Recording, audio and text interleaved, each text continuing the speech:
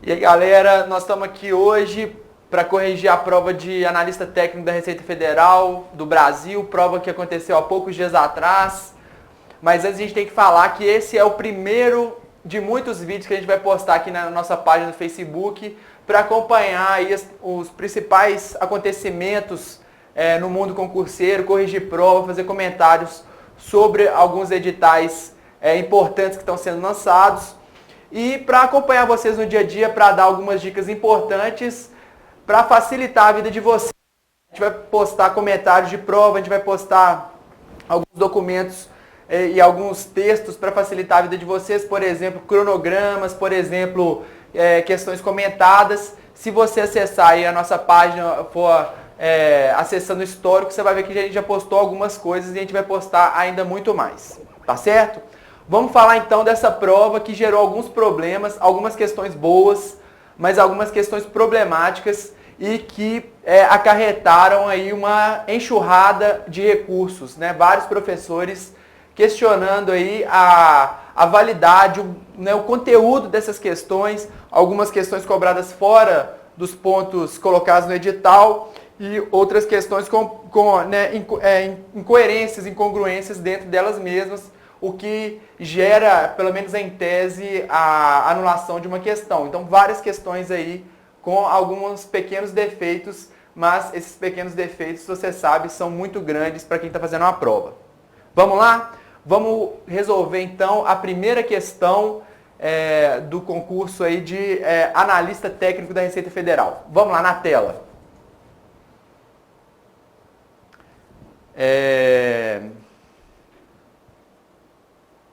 Olha lá, gente, essa primeira questão, ela foi uma questão que envolveu até um conhecimento mais aprofundado, né? Tá pedindo para você julgar alguns itens, se são corretos ou incorretos, e ao final, né, você vai marcar a alternativa que você, né, quais os itens você encontrou como certos e como errados. Vamos lá, o primeiro item diz assim, ó: é vedado a União, aos estados, ao Distrito Federal e aos municípios cobrar imposto sobre o patrimônio, a renda ou os serviços uns dos outros. Isso, em tese, impede a lei de um município atribuir à União a condição de responsável pela retenção na fonte do imposto sobre serviços. Tá pedindo, né? Tá perguntando uma questão de sim ou não. Gente, essa questão, a resposta dela é não. Isso, em tese, não impede, né, que o município atribua à União a condição de responsável. Por quê? Porque, nesse caso, meu cara, a União, ela está atuando apenas como num dever auxiliar de retenção e repasse ao município do valor do ISS, nesse caso, retido, né? A Lei Complementar 116, coloquei esse artigo 6º aí para você ver que ela não faz nenhuma restrição, ou seja, não há que se falar em imunidade nesse caso. Porque quem suporta o ônus econômico e quem é o contribuinte nessa relação é o prestador do serviço que presta serviço para a União. A União, ao repassar o valor para o prestador do serviço, retém e repassa esse valor ao município. Então, em tese, meu cara, a imunidade recíproca, que é essa que está falando aí no começo desse item 1, ela não impede, né, que o município atribua a condição de responsável à União. Então, a resposta para esse primeiro item é não. Vamos seguir? O item 2 diz assim, ó: para combater o tráfego de gado infectado de uma região para outra, o Estado pode impor tributos interestaduais ou intermunicipais? Não, não pode. Gente, existe uma vedação na Constituição Federal que fala que os entes não podem estabelecer nenhum tributo que vai limitar o tráfego de pessoas ou bens. Está lá no artigo 150, inciso 5 da Constituição. Esse é o caso, né, é um caso, né, que está estampado aí, que esse tributo poderia limitar o tráfego de pessoas ou bens. O Estado vai ter que encontrar um outro meio para limitar o tráfego de animais infectados aí. Não pode ser o meio tributado por essa limitação, né, que é colocada aí expressamente na Constituição. Então, a resposta resposta para essa questão também é não. O item 3 vai dizer assim, ó, atende ao princípio da anterioridade à majoração de um imposto no dia 2 de dezembro de um ano para ser cobrado do exercício seguinte? Gente, essa resposta é não. Essa resposta é não, né? Tá lá no artigo 150, no inciso 3, cobrar tributos. No mesmo exercício financeiro em que haja sido publicada a lei que os instituiu aumentou, e antes de decorridos 90 dias da data em que haja sido publicada a lei que os instituiu aumentou, observado o disposto na linha B. Gente, com a emenda constitucional 42 de 2003, o princípio da anterioridade foi desdobrado em dois outros menores. O princípio da anterioridade do exercício financeiro e o princípio da anterioridade nonagesimal. Tem que respeitar os dois ao mesmo tempo. Então, como ele não fez referência específica a essa divisão da anterioridade, se presume que ele está perguntando se essa limitação temporal respeitou os dois ao mesmo tempo. Se esse imposto instituído no dia 2 de dezembro respeitou os dois ao mesmo tempo. A anterioridade de exercício e a espera nonagesimal. Não respeitou a anterioridade nonagesimal, como vocês podem observar. Tá certo? Não respeitou a anterioridade nonagesimal, então não respeitou, né, o princípio da anterioridade. Essa questão, gente, gerou muita polêmica. Eu vi muitos recursos dizendo que a resposta era sim, né? Na verdade, que poderia ser sim essa resposta e que haveria, então, duas respostas corretas. A letra C e a letra E. Não, não e sim. Não tem dúvidas com relação ao item 1 e 2, mas tem dúvidas com relação ao item 3. Então, a letra C e a letra E estariam corretas, o que geraria a nulidade da questão e a distribuição dos pontos relativos a essa questão para todos os candidatos. Eu não vejo assim. Muitos viram assim. Temos que respeitar, vamos ver o que a ESAF vai dizer sobre isso. Vamos falar da questão número 2, uma questão mais tranquila, mas que também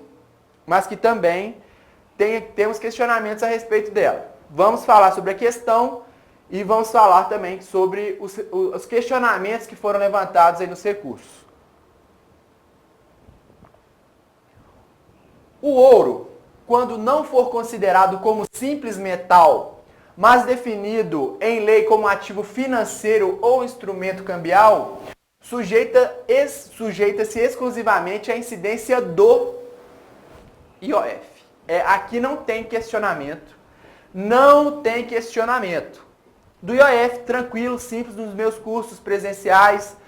Na revisão que eu fiz com os alunos dos cursos presenciais, eu cantei essa bola. Toma cuidado, que o IOF é cobrado, né? Só ele é cobrado quando o ouro é definido como ativo financeiro, né? O ouro como reserva monetária. Quando ele tem outras aplicações ornamentais, industriais e várias outras que a gente pode imaginar, ele não é tributado somente pelo IOF, ele é tributado como se uma mercadoria fosse, tá certo?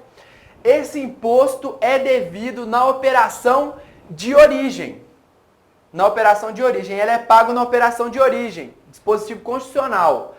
Já está sujeito à alíquota, o gabarito, gente, oficial preliminar, saiu que é a alíquota máxima, né? Mas vários recursos disseram com razão que a alíquota mínima será de 1%, e é ela que está estabelecida, né, na Constituição.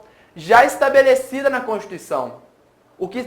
Vamos acompanhar o parágrafo 5º lá. O ouro, quando definido como ativo financeiro e instrumento cambial, sujeita-se exclusivamente à incidência do imposto de que trata o inciso 5 do caput deste artigo, devido na operação de origem. A alíquota mínima será de 1%, assegurada a transferência do montante da arrecadação nos seguintes termos: 30% para o Estado e 70% para o município de origem. Então, meu caro, o que eu percebi aqui, né, é que ao meu ver, foi um erro, né, de digitação aqui. Na verdade, a única que poderia ser correta seria, né, essa última parte aqui, a união e compartilhadamente ao Estado e ao município de origem, né? A competência, o produto da arrecadação, gente, compete à União, que vai compartilhar com os estados e com o município, né? Agora, você poderia também imaginar que a letra, deixa eu ver aqui, a letra C estaria correta. De origem mínima ao estado é o município de origem, considerando que a União reparte a totalidade, né, dos recursos do IOF com o estado e com o município. 30% para o estado, 70% para o município, a União não fica com nada. E eu corrigiria esse problema da alíquota, que não é máxima, é mínima, como a gente viu no parágrafo 5º aqui do artigo 153 da Constituição. Né? Então, essa foi uma questão também problemática. Muitos recursos. Na verdade, esse aqui não foram muitos, foi uma chuva de recursos, porque realmente, né, existe uma incongruência muito grande dentro dessa questão. Vamos continuar? Vamos para a questão 3? Questão 3 vai dizer assim: responda as perguntas abaixo e em seguida assinale a opção correta. Os decretos que apenas em parte versem sobre tributos compreendem-se na expressão legislação tributária? Olha lá o que o artigo 96 do CTN diz. A expressão legislação tributária compreende as leis, os tratados, as convenções internacionais, os decretos e as normas complementares que versem no todo ou em parte sobre tributos e relações jurídicas a ele pertinentes, né? Então, gente, os decretos que apenas em parte versem sobre tributos compreendem-se na expressão legislação tributária, sim, né? Sim, porque tem aqui, ó, decretos no todo ou em parte sobre tributos e relações jurídicas a ele pertinentes. Essa alternativa a resposta é positiva por força do artigo 96 do CTN, né? A outra pergunta está nos seguintes termos: a cominação de penalidades para as ações ou omissões contrárias a seus dispositivos ou para outras infrações nela definidas relativas às obrigações principais ou acessórias somente se pode estabelecer mediante lei? Olha o que o artigo 97 diz. A cominação de penalidades para ações ou omissões contrárias a seus dispositivos ou para outras infrações nela definidas. Gente, o caput do artigo 97 CTN diz assim, ó, somente a lei pode instituir. Então, gente, a cominação de penalidades, ela tem que estar prevista em lei. Isso aqui é um reforço a um inciso do artigo 5º da Constituição Federal, que diz que, né, somente a lei pode autorizar interferência no patrimônio e, mesmo assim, essa interferência no patrimônio tem que ser precedida do devido processo legal.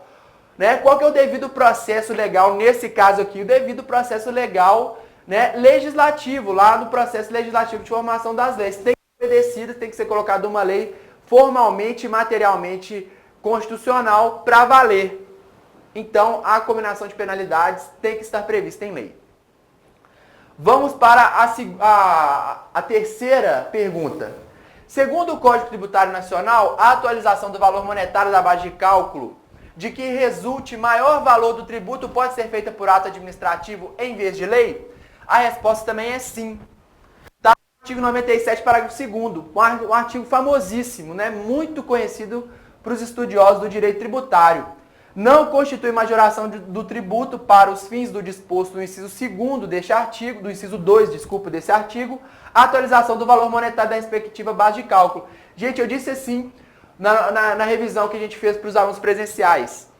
Gente, os tributos de lançamento de ofício, quem tem que fazer essa revisão é a própria autoridade lançadora. Ela tem que fazer essa revisão e ela deixa para fazer bem no final do ano, para que o tributo a ser cobrado esteja condizente, né, esteja com a corrosão inflacionária corrigida.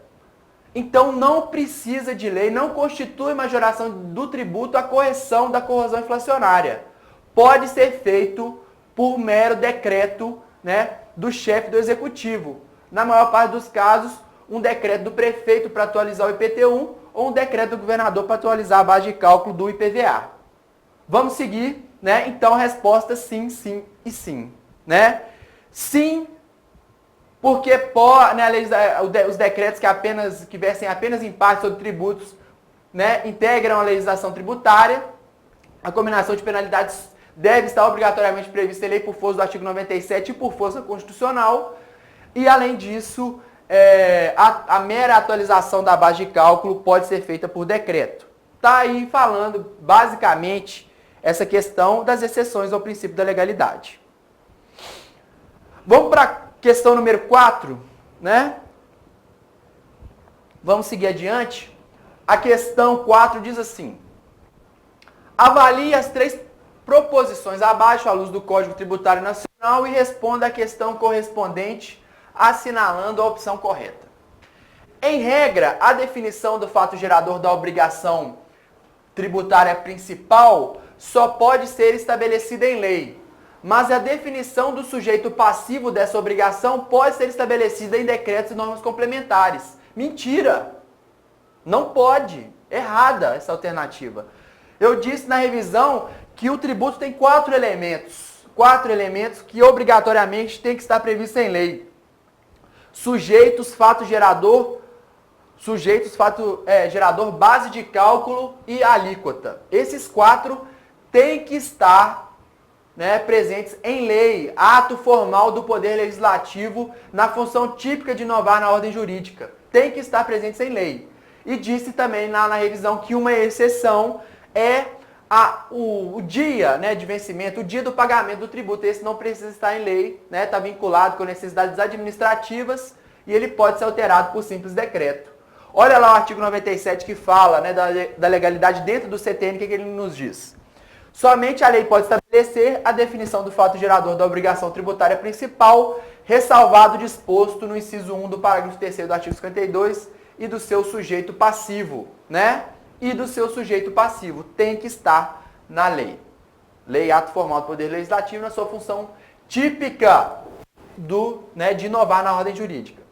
A obrigação acessória tem por objeto a prestação positiva de pagamento do tributo ou penalidade pecuniária e outras prestações previstas no interesse da arrecadação. Gente, será a mesma? A obrigação acessória tem por objeto a prestação positiva de pagamento? Não, não tem.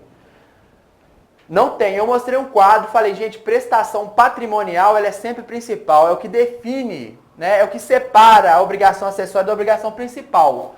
A obrigação acessória está relacionada ao dever de fazer ou de não fazer, e a obrigação tributária principal está relacionada a um dar, né, dar esse, que significa entregar dinheiro ao Estado, tá certo? Então, gente, a obrigação acessória, ela não tem, né, por objeto a prestação positiva de pagamento do tributo, está errada.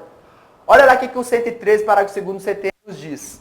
A obrigação acessória decorre da legislação tributária e tem por objeto as prestações positivas ou negativas nelas previstas no interesse da arrecadação da fiscalização dos tributos. Olha só, prestações positivas ou negativas. Positivas fazer, negativas não fazer, uma abstenção, né? Qual abstenção? Por exemplo, não tomar nenhuma atitude que atrapalhe, né, a fiscalização e a arrecadação de tributos, né? Podemos pensar as mais diversas aí. E olha só como é que toda prestação patrimonial ela é principal. Olha o parágrafo 3º do 113. A obrigação acessória, pelo simples fato de sua inobservância, converte-se em obrigação principal relativamente à penalidade pecuniária. Ou seja, a penalidade pecuniária de pagar multa é considerada obrigação tributária principal. Tá certo? Item 3, poderão ser desconsideradas pela autoridade os atos ou negócios jurídicos praticados com a finalidade de simular a ocorrência do fato gerador do tributo. Gente, o artigo 116, parágrafo 1 do CTN, ficou conhecido como norma geral anti-elisiva. Né? Está dizendo, gente, que a autoridade administrativa pode desconsiderar atos ou negócios jurídicos praticados com a finalidade de dissimular a ocorrência do fato gerador do tributo ou a natureza dos elementos constitutivos da obrigação tributária, observados os procedimentos a serem estabelecidos em lei ordinária. Essa lei ordinária ainda não chegou para nós. Mas o fato é, gente, que o fato jurídico simulado, né, ele não existe, ele foi simulado. Agora, o dissimulado pode ser desconsiderado pela autoridade e pode lançar o tributo e pode cobrar. Tá certo? O problema é que ainda a gente não tem uma lei ordinária regulamentando em quais casos pode acontecer. Essa norma geral antilesiva sofreu algumas críticas aí pela doutrina, porque a doutrina alegou que limitaria demais o planejamento tributário, né? Mas a autoridade administrativa ela tem esse poder. Então, meu caro, como ela tem esse poder, apenas as duas primeiras proposições são incorretas. Tu contém algum tipo de erro, né? A proposição 3 está de acordo com o CTN. A questão 5 vai dizer assim: avalie as 3 proposições abaixo, à luz do Código Tributário Nacional, e responda a questão correspondente, assinalando a opção correta. No ICMS incidente sobre o ponto telefônico, decidiu o Superior Tribunal de Justiça que o sujeito da obrigação tributária é a concessionária, que o sujeito ativo da obrigação tributária é a concessionária, titular da competência para exigir o seu cumprimento. Errado, gente. Errado. Incorreta, tá certo? O RESP 1.041.319, né? Não preciso falar que o RESP é do STJ. Ele, gente, vai nos dizer, ele vai tratar sobre esse assunto. Mas, gente, a competência tributária ela é indelegável, tá certo? A competência do ICMS é do Estado. Ele pode até repassar algumas, né, algumas funções, delegando a capacidade tributária para outros entes. Mas a competência nunca vai ser delegada, tá certo? Não pode, ela é indelegável por força, né, da Constituição e por força do artigo 8º do CTN. Não pode, ela é indelegável, tá certo? Então ela é incorreta, ela quis te confundir, né, tratando de um assunto, de um RESP famoso, mas, né, ela está incorreta. Ela estava perguntando muito mais sobre a competência tributária, se você sabia, né, alguma coisa sobre competência tributária, do que efetivamente sobre o ICMS incidente sobre o ponto telefônico. Então é incorreta. O item 2 diz assim: um menor de 10 anos de idade é absolutamente incapaz do ponto de vista civil e tributário. Errado. Não, gente, o artigo 126 não cansa de cair e não canso de dizer que a capacidade civil das pessoas, né, ela independe, né, elas são independentes, a capacidade tributária e a capacidade civil. Você, meu caro, nasceu e respirou. Se você tiver herdado bens, você vai herdar todos os tributos anexos a esse bem. Você vai herdar todos eles, né?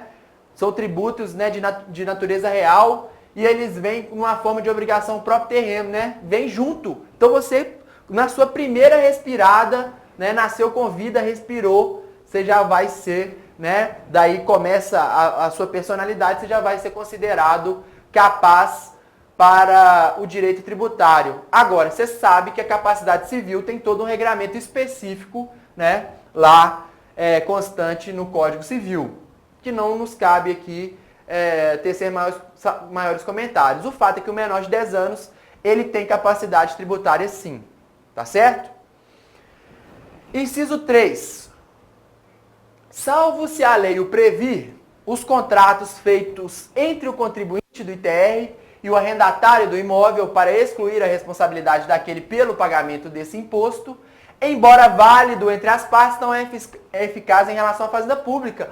Correto, muito bom. Gente, a maior parte dos casos, né, o exemplo ou a ITR ou a IPTU, e eles sempre colocam um contrato dizendo que esse contrato ele é eficaz, ele pode ser oposto à fazenda pública. E não pode. O artigo 123, recorrente em prova, diz que as convenções particulares, né, que estão relacionadas à responsabilidade pelo pagamento dos tributos, eles não podem ser opostos à fazenda pública, né, e não podem pretender modificar a definição legal do sujeito passivo. Quem pode fazer qualquer alteração nesse sentido, quem pode tratar sobre a sujeição passiva é a lei, ato formal do Poder Legislativo, como já disse para vocês nesse encontro, inclusive, né?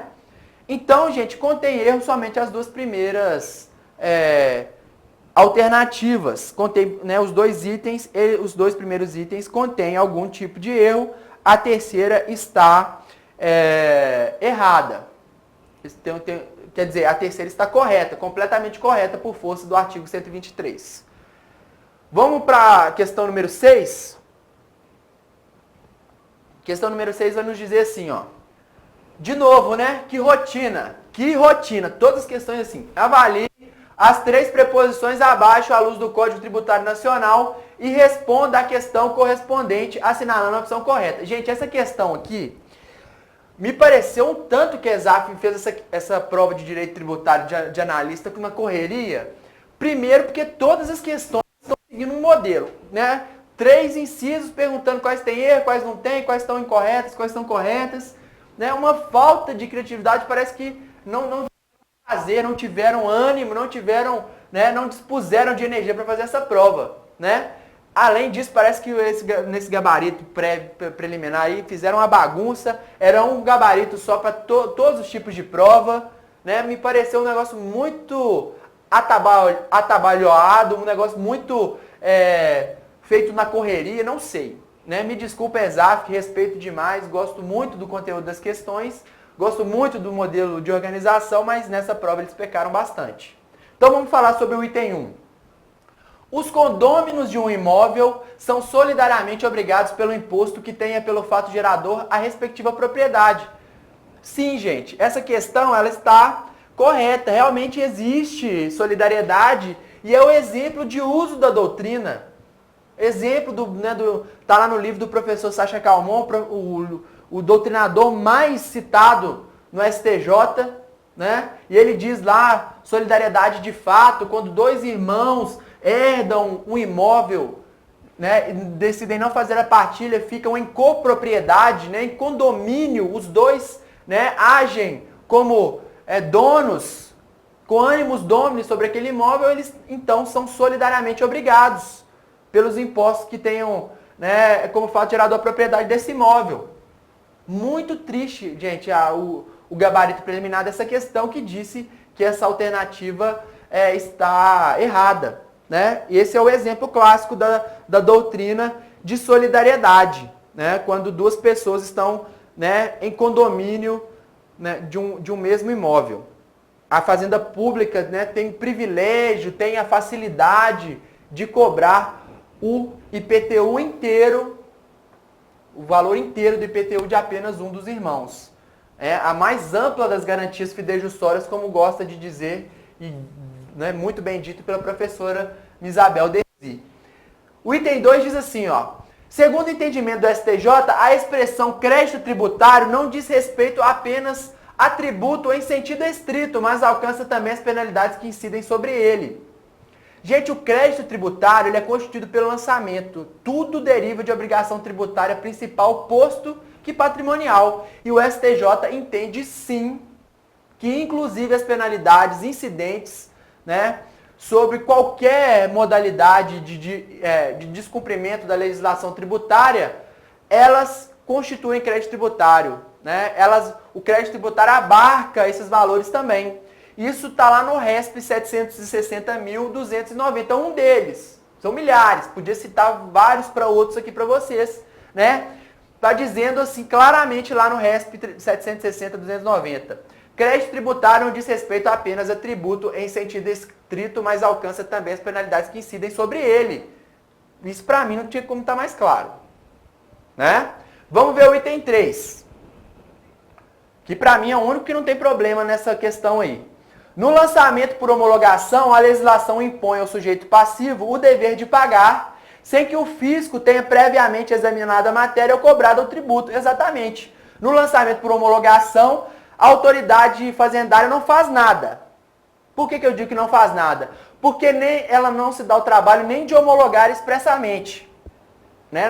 Na maioria esmagadora dos casos, ela homologa tacitamente. Deixa transcorrer aquele prazo de 5 anos e considera-se o tributo homologado a partir de então. Aí está correto, né, o item 3. Só, gente, que o gabarito oficial está falando, né, que, olha só, contém erro apenas as 2 primeiras proposições.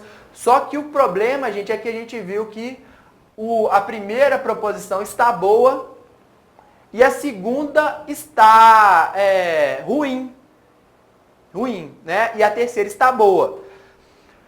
O crédito tributário, segundo o STJ, abarca também o valor das penalidades. A gente viu no inciso 1 que o caso é um caso clássico de solidariedade, e vimos no inciso 3 que o lançamento, da definição de lançamento por promulgação está boa.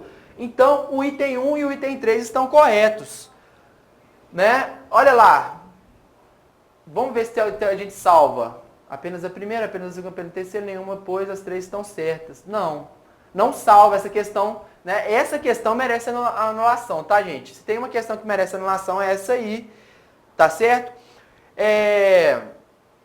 Eu acho que foi um erro material. O que é erro material? Vocês sabem bem, né? Erro material é aquele erro, né, de digitação, um erro de digitação, de troca, Não foi um erro de conteúdo, não posso crer que é um erro de conteúdo, isso aí é um erro de organização, não acredito. Essa questão de ter saído só um gabarito para vários tipos de prova me faz crer que realmente aconteceu um erro, né, desse tipo aí de organização. Muito, muito triste essa questão número 6. É incorreto dizer, em relação à recuperação judicial, que a concessão desse regime de pagamento dos créditos depende da apresentação da prova de quitação de todos os tributos. Sim, né, isso está expresso lá na lei de recuperação judicial, né, também tem menção no CTN. Que a alienação de unidade produtiva isolada acarreta para o adquirente a responsabilidade pelos tributos relativos ao fundo adquirido, quando o adquirente for sócio da transmitente. Sim, né? Quando ocorre essa confusão, ou seja, né, quando a mesma pessoa ela é sócia, né, está adquirindo o fundo de comércio, tem uma confusãozinha aí, então, gente, ela vai acarretar aí a responsabilidade pelos tributos, né, quando o adquirente for sócio da transmitente. Porque essa confusão aí, né, pode ser usada como válvula de escape para evasão fiscal, né, para fuga dos tributos. A letra C diz assim: que condições de parcelamento dos créditos tributários do devedor em recuperação judicial depende de lei específica. Sim, tá certo, porque, né, tá expresso lá que os créditos tributários, gente, os créditos tributários não entram na recuperação judicial. Eles não fazem parte da recuperação judicial. Para ter a recuperação judicial, primeiro você tem que, né, um dos requisitos é demonstrar a quitação de todos os tributos. Letra D. Que a inexistência da lei estadual específica de parcelamento importa na aplicação das leis gerais sobre o assunto do Estado ao devedor. Sim, nesse caso aí, né, eu aplico a lei geral, que é o CTN, com relação ao parcelamento. Que a alienação judicial de filial acarreta para o adquirente a responsabilidade pelos tributos relativos ao fundo ou estabelecimento adquirido. Essa aí, gente, é a alternativa que está incorreta, né? A alienação judicial de filial, ela não acarreta para o adquirente a responsabilidade pelos tributos, salvo se o adquirente tem alguma relação com o alienante. Se tiver alguma relação, aí eu não caio no parágrafo 1º, eu caio no parágrafo 2º, que é a exceção da exceção. No comum dos casos, o adquirente responde junto com o alienante, né? Ele vai responder de forma integral ou, né, de forma supletiva, mas o fato é que ele responde. No parágrafo 1º, gente, há uma exceção quando o adquirente não responde, responde só o alienante. E um desses casos, né, quando está envolvido numa recuperação judicial. Porque se não fosse assim, ninguém compraria, né, um fundo de comércio, né, um estabelecimento em recuperação judicial. Ninguém compraria. Tá certo? Então, aplicamos aqui o 133, parágrafo 1º, questão tranquila, uma das poucas dessa prova, né? Olha lá, o artigo 133 está falando, né, que vai responder integralmente se o alienante cessar a exploração do comércio ou subsidiariamente com o alienante, né, de maneira supletiva, como eu disse, se este prosseguir ou iniciar dentro de 6 meses a contar da data da alienação, nova atividade no mesmo ou em outro ramo de comércio, indústria ou profissão. Ou seja, o adquirente vai responder subsidiariamente com o alienante em alguns casos, né? Daí eu dizer que supletivamente, né? Um responde em primeiro lugar, o outro responde caso esse primeiro não consiga quitar os tributos. A questão 8 vai nos dizer assim: analise as proposições a seguir e assinale a opção correta. Se a Constituição atribuir à União a competência para instituir certa taxa e determinar que 100% de sua arrecadação pertencerá aos Estados ou ao Distrito Federal, caberá, segundo as regras de competência previstas no Código Tributário Nacional, a essas unidades federativas a competência para regular a arrecadação do tributo. Gente, o fato da União atribuir 100% da arrecadação aos Estados ou ao Distrito Federal não quer dizer que o Estado vai ter competência para regular a arrecadação desse tributo. Isso está no artigo 6º do CTN, né? Olha lá, a atribuição constitucional de competência tributária compreende a competência legislativa plena, ressalvadas as limitações contidas na Constituição Federal, nas Constituições dos Estados e nas leis orgânicas do Distrito Federal e dos municípios, observados o disposto no CTN. Os tributos cuja receita seja distribuída no todo ou em parte a outras pessoas jurídicas de direito público, pertencerá à competência legislativa daquela que tenham sido atribuídos. Tá certo? Vamos ver o item 2. Embora seja indelegável a competência tributária, uma pessoa jurídica de direito público pode atribuir a outra as funções de arrecadar e fiscalizar tributos. Gente, uma pessoa jurídica de direito público pode atribuir a outra as funções de arrecadar e fiscalizar os tributos? Pode. Pode sim. E o exemplo mais comum era a competência do INSS. Tá? A competência, ela é indelegável. A competência é indelegável, né? Agora, as funções de arrecadar e fiscalizar tributos, que a gente chama de capacidade tributária, ela é delegável, tá certo? Ela é delegável sim, pode ser delegada. 3. É permitido, sem que tal seja considerado delegação de competência, cometer a uma sociedade anônima privada o encargo de arrecadar tributos. Sim, né? Pode sim. A competência tributária é indelegável, como eu disse para vocês, salvo a atribuição das funções de arrecadar ou fiscalizar tributos, que a gente chama de capacidade tributária, ou de executar leis, serviços, atos ou decisões administrativas em matéria tributária conferida por uma pessoa jurídica de direito público a outra. Não constitui delegação de competência cometimento às pessoas de direito privado do encargo ou da função de arrecadar tributos. Gente, esse permissivo aqui, ele num primeiro momento, ele é importante para eu poder pagar meus tributos na rede bancária, por exemplo, né? A rede bancária exerce a função de arrecadação de tributos, é lá que eu pago e ela passa aos cofres do Estado, tá certo? Pode ser feita sim, não tem problema. Então, gente, a primeira alternativa é errada e as duas outras são corretas. Esse foi o gabarito preliminar aí da ESAF. Vamos para a questão número 9? Responda as perguntas abaixo e em seguida assinale a opção correta. Se o lançamento não foi notificado ao sujeito passivo, pode ser livremente alterado pela autoridade? Sim. Isso a gente aduz da interpretação ao contrário senso do artigo 145.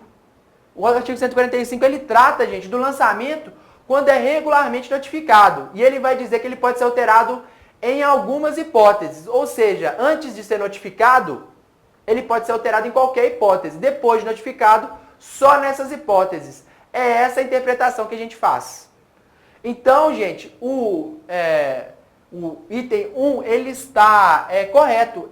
Sim, ele pode ser, a resposta é positiva, ele pode ser alterado livremente antes da notificação. O item 2 vai dizer assim: a alteração de entendimento, modificação dos critérios jurídicos adotados pela autoridade administrativa no exercício do lançamento pode ser efetivada em relação aos outros contribuintes, quando o fato gerador ocorrido anteriormente à sua introdução. Gente, só quanto a fatos geradores ocorridos posteriormente à sua introdução por força do artigo 146 do CTN. Ok? Então o inciso 2 não está legal, não. A certidão com efeito de negativa pode ser expedida em favor de contribuinte que tenha efetuado depósito do montante integral do crédito tributário, pois em tal caso este estará com sua exigibilidade suspensa? Sim. Tem os mesmos efeitos previstos no artigo anterior, a certidão de que consta a existência de créditos não vencidos em curso de cobrança executiva em que tenham sido efetuada a penhora ou cuja exigibilidade esteja suspensa. O gabarito preliminar, letra B, tivemos alguns recursos por causa do item 2, né? Está dizendo, né, em conflito com o artigo 146, a questão está dizendo quanto ao fato gerador ocorrido anteriormente à sua introdução, e o artigo 146 fala quanto a fato gerador ocorrido posteriormente à sua introdução. Questão 10. O CTN prevê que a importância de crédito tributário pode ser consignada judicialmente pelo sujeito passivo nos casos de essa questão é que deu mais problema. Porque, olha só, o CTN prevê que a importância de crédito tributário pode ser consignada judicialmente pelo sujeito passivo nos casos de... Tem 4 corretas. A única incorreta é a letra B, que foi o gabarito. Eu acho que faltou um exceto aí nos casos de vírgula, exceto ou qualquer coisa nesse sentido. Tá certo? São 4 alternativas corretas. Recusa de recebimento está no inciso 1 do 164, subordinação do recebimento ao cumprimento de exigências está, né, no inciso 2, subordinação do recebimento ao pagamento de outro tributo está no item, deixa eu ver aqui, recusa do recebimento, subordinação ao pagamento de outro tributo está no inciso 1, e exigência por mais de uma pessoa jurídica, que é um caso muito comum com relação ao IPTU, está no inciso 3. Então, a letra A, C, D e E estão todas abarcadas nos incisos do artigo 164 e a ESAF divulgou como, né, a letra B como alternativa a ser marcada. Eu acho que teve um erro patente aí. Um erro aí formal, na verdade, um erro de organização, não sei o que aconteceu bem, não acho que seja um erro de conteúdo, acho que faltou alguma coisa para essa questão ficar boa, né? Ao meu ver, são 4 corretas, está pedindo a correta no cabeçalho, né? E eles divulgaram como gabarito justamente a incorreta, tá certo? Meus caros, a gente corrigiu as 10 primeiras questões de analista técnico da Receita Federal, a gente volta dentro em breve para corrigir as 10 questões finais e para corrigir as questões de auditor fiscal da Receita Federal. Um abraço, força, até a próxima.